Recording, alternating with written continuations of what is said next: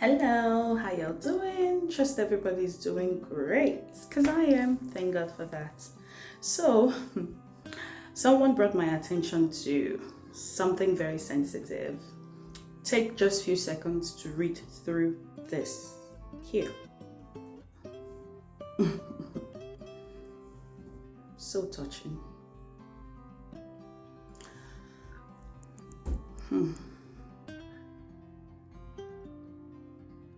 I know. Okay, let's address this. I totally understand how you feel. I will try as much as possible to be quite anonymous. See, when we say set healthy boundaries, we are not just mincing words. Honestly, every relationship that is not nurturing, giving, that is always taking, honestly, it can be so daunting and draining at the same time. While I totally understand that some relationships are so sensitive and any rash decisions will be affecting your relationship values and goals, especially marriage, yeah? So now, it's totally understandable if you set healthy boundaries. When we say set healthy boundaries, we don't necessarily mean detach, leave, call it quits and all whatnot. No. You can still set healthy boundaries in a relationship, regardless of how it has been built and all whatnot. The only thing is it's going to take a little bit of, tussle, a little bit of resistance and all whatnot. But over time, if people are willing to keep up the relationship, remember, relationship is not one-sided. It's collective effort. It takes two to tango. If you want to do relationship all by yourself, then the weight is going to be so much that you feel drained and used, like you're saying up there.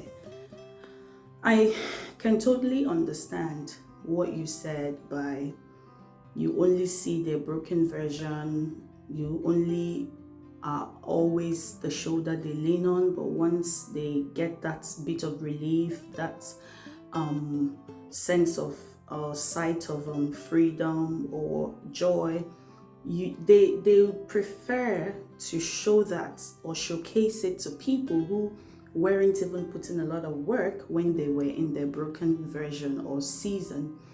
I totally understand that, because most times when people notice you are a giver, both emotionally, when I say giver, I'm not just talking about finances. Finance is even like the last in the ladder. Emotional, if people notice you are so supportive, if people notice you are so you're such a good listener, you have a good heart, you're willing to put others first and yourself last, obviously some people are going to milk that, some people are going to latch on that negatively, and that's going to affect you, whereby whenever they have issues, whenever they think they are at wit's end, you are their go-to, and then once there is a ray of sunshine, away they fly like butterfly. And then when they are also in their lowest valleys, they remember, I remember you were so, and then they come again. That kind of friendship obviously is draining. It's high time you set healthy boundaries. Else, if you keep being the giver in the relationship without reciprocity, obviously it's gonna weigh you down. And when that does, imagine if the version you're always seeing is the broken version, you become their paid therapist, their go-to, you make sure you go above and beyond for them, whereby they get relief. And guess what? As you're doing that, there's an exchange. You are exchanging what you have with theirs. That's why most people are so cautious of who they help and who they have in their circle. If you are not pouring in as much as I'm pouring into you, then it's time I change the table. That's some people's, that's their rule, and it works for them because most of them understand this energy transfer. Imagine if someone comes to you being so moody, complaining, and you ask them, the more they start to open up, what most people don't understand is that it rubs off of you. You begin to wear their shoes as well. You begin to feel their emotions, and if care is not taken, it stays on you. What has happened is there is a transfer. You become embodied. Their problem becomes yours, and guess what? Your cheerfulness, your positivity, whatever goodness you exude, it also rubs off of them, and before you know it, they are so lightened and their mood is like back again. And that's why I keep on saying it's not everybody that understands or knows that they carry this thing. And that is one of the demerits, if I might say, of maybe people that have been called to be healers. You just see people, you start telling them random things that are ailing you that you can't even tell anyone, and once you finish talking to them, you're light.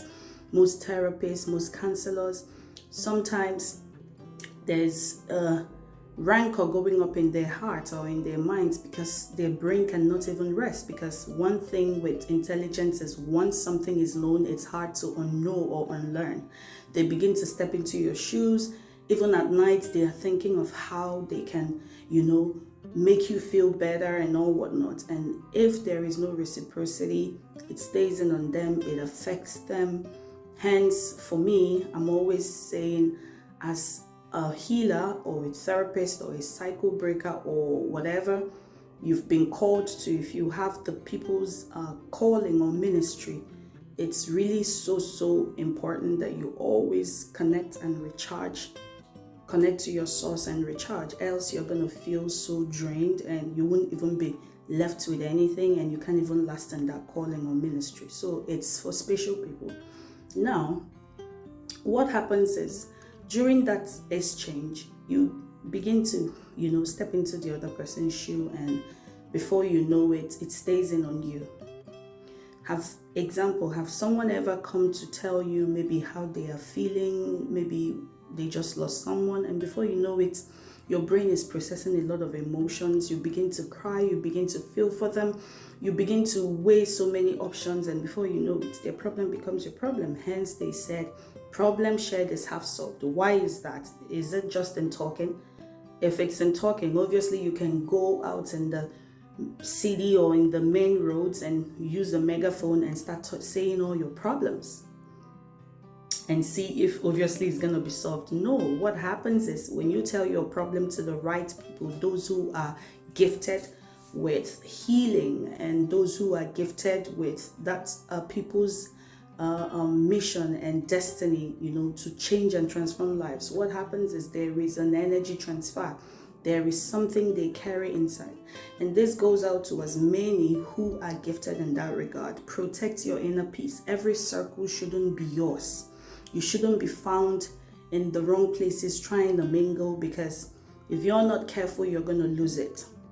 Okay, so back to what we were talking about is, I totally understand if the relationship is so much that there are so many things at stake, you can't just back out or walk away because so many lives will be affected, then I would say it's not late to set healthy boundaries. Sometimes claim unavailable, because what happens is a lot of people are going to take or, latch on or take your goodness for granted, and you only become a sofa they cry on, someone who gives them that solace. It can be seen in so many relationships whereby some people are givers and others are takers. If there's no reciprocity, it becomes so toxic, so draining, and so tiring. Okay, so I would still suggest, as much as it's so sensitive and touching, set healthy boundaries. I know if you have that gift, it's so hard for you to look the other way when someone is beckoning on you for help. But at some point, that is where balance comes in. You reach out to your source, you ask God to give you that grace to be able to balance. In my little sojourn in life, I've known that it's not every help is not for me to carry. It's not every goodness out there that I should be involved in.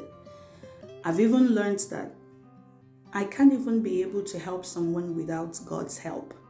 I actually need to reach out to God first. Like if you come to me reaching out for something or whatever, I always ask how best. And most times I tell you, I've been told to do what? To ignore that this is not my cross to carry. This is not my weight of water to carry. Some people need to go through that stage for them to do what? For them to come out stronger and become refined and all whatnot. So helping or trying to take them out of that situation cuts the work of destiny short for them. It is a must. They have to go through it.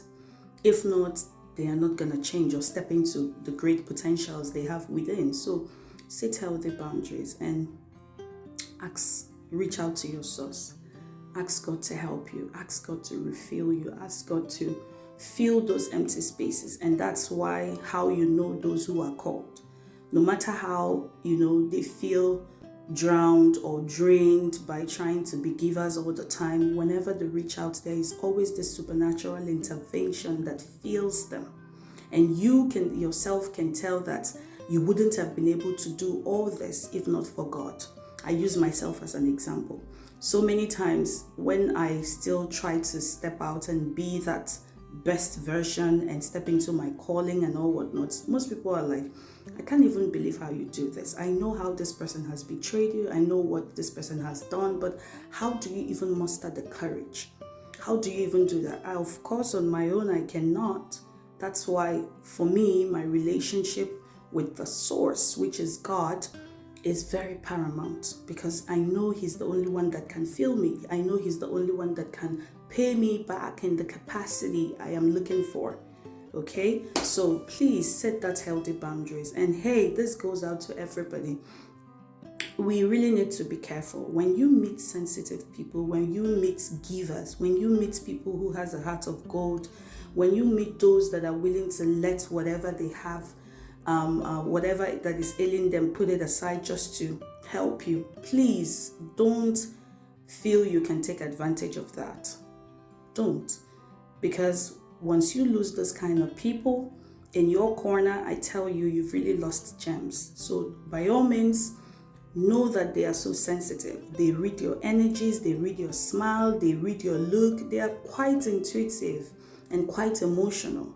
Okay, that's their gift. They can read things in between the lines even before anyone sees it. So the way you relate to them, you have to be careful, because it's almost like they are reading your heart, except they can't, except by some supernatural intervention. But physically, if you have such people, please, please, please don't just take it for granted, because I tell you, they sense energies.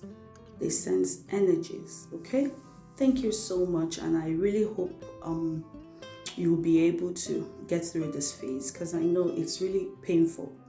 It's really painful, because most times when you go above and beyond for people in their valley lows, you wish and you hope, and law of reciprocity also demands that when they are in their mountaintops, you should be the first person to witness it, to celebrate it, to laugh alongside.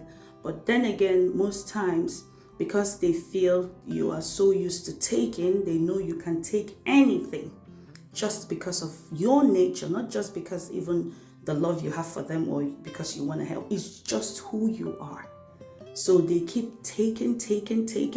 A time comes when you have to set that healthy boundaries. Okay? Thank you, and